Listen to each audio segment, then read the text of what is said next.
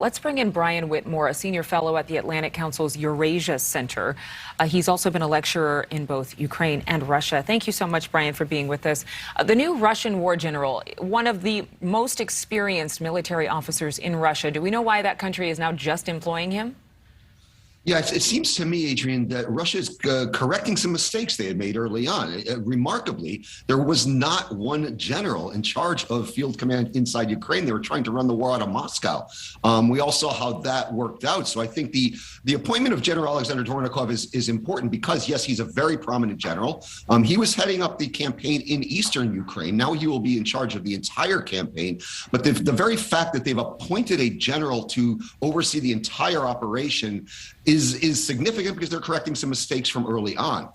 They also came in on multiple vectors, of course, from the south, from the north, and from the east, which stretched their supply lines. Now they're going to be focusing all of their force on the east. I expect the Russian operation to tighten up a little bit and for this to get a little bit more difficult for the Ukrainians in the east now. And this general, he has a nickname. He's known as the Butcher of Syria after intense conflicts in both Syria and other places, but he also his harsh treatment of civilians there while he commanded troops in that region.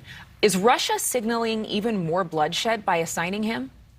I mean, I think so. He did, as you correctly pointed out, Adrienne, distinguish himself, caught the attention of the Kremlin with the brutality of his tactics in Syria. And yes, I expect the brutality to continue and to intensify in the eastern part of the country right now.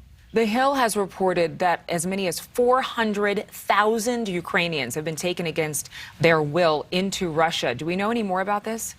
Yeah, thank you for bringing that up because I think this is really important. It's just not getting nearly enough attention. There are credible reports of tens of thousands of Ukrainian citizens being taken out of Russian-occupied areas of the country, either put in filtration camps in Russian-occupied areas of the Donbass or brought into Russia proper.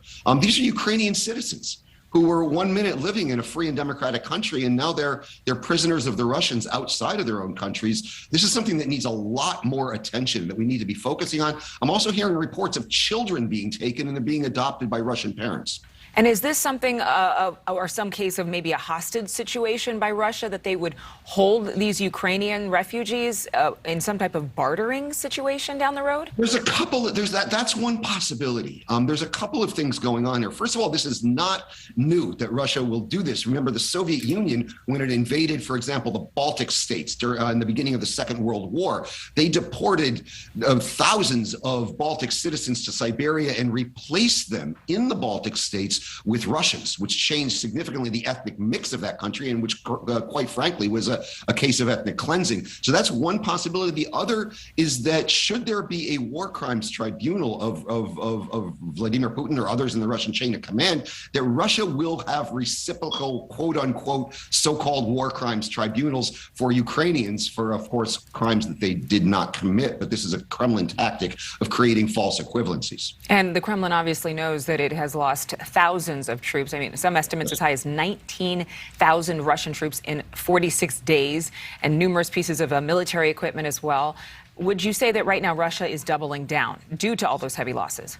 Yes. I mean, Russia is changing its tactic. It's going to focus on the east for the time being. But I want to stress that while the tactics may be changing, the strategic goal of subjugating Ukraine, it has not changed, and that goal will not change. They're changing their tactics now. They're going to double down and focus on the east. They're going to hope to create that land bridge between Russia proper, the occupied areas of the Donbass, and the annexed Crimean Peninsula to kind of connect them to Russia with a so-called land bridge. Should they be successful in that, and that's going to hinge on them taking Mariupol, then they're going to start moving west along the seacoast toward Odessa to try to cut Ukraine off from the sea. It is certainly not looking like we have an end in sight, not anytime soon. No, Brian, thank you so much for your insights and, again, your expertise being a specialist in Russia relations and affairs. Thank you again.